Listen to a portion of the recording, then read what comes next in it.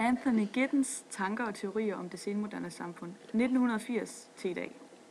Anthony Giddens har opfundet den her strukturationsteori, der skal forklare sammenhængen mellem strukturerne i samfundet og individerne, der lever i det her samfund.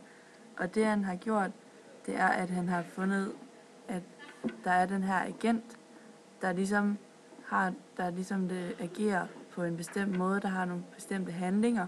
De her handlinger, de bliver gentaget igen og igen i en social praksis, der ligesom skaber et socialt system, så den her agent kan for eksempel være en skoleelev, der går i skole hver eneste dag. Det er en handling, der bliver gentaget, og det udformer det her sociale system, der ikke kun er knyttet til selve agenten, der udfører handlingen, men til alle de agenter, der udfører den her bestemte handling. Så det vil sige, at det her sociale system, det her skolesystem, det er knyttet til alle skoleelever.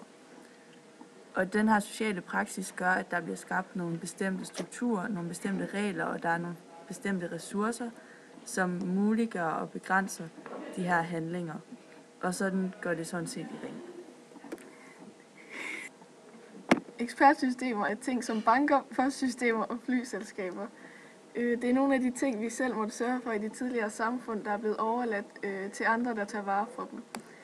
Det er som et bindeled mellem to mennesker. Adskillelse af tid og rum betyder, at man ikke længere behøver at sidde ved siden af en person for at kunne kommunikere med ham eller hende.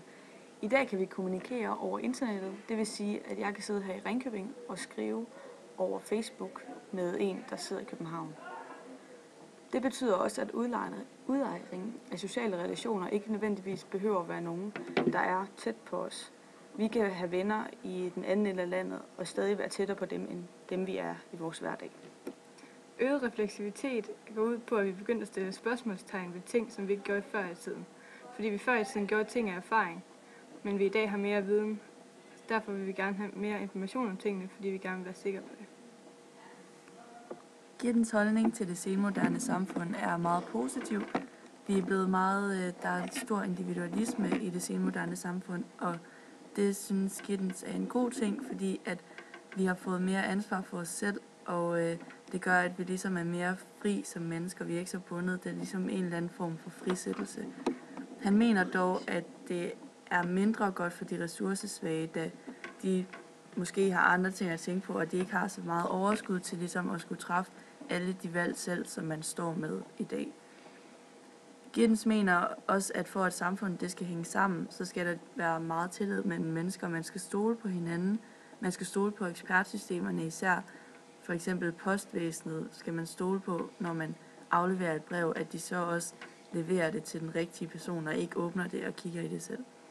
Men Giddens holdning til samfundet er altså generelt meget positiv.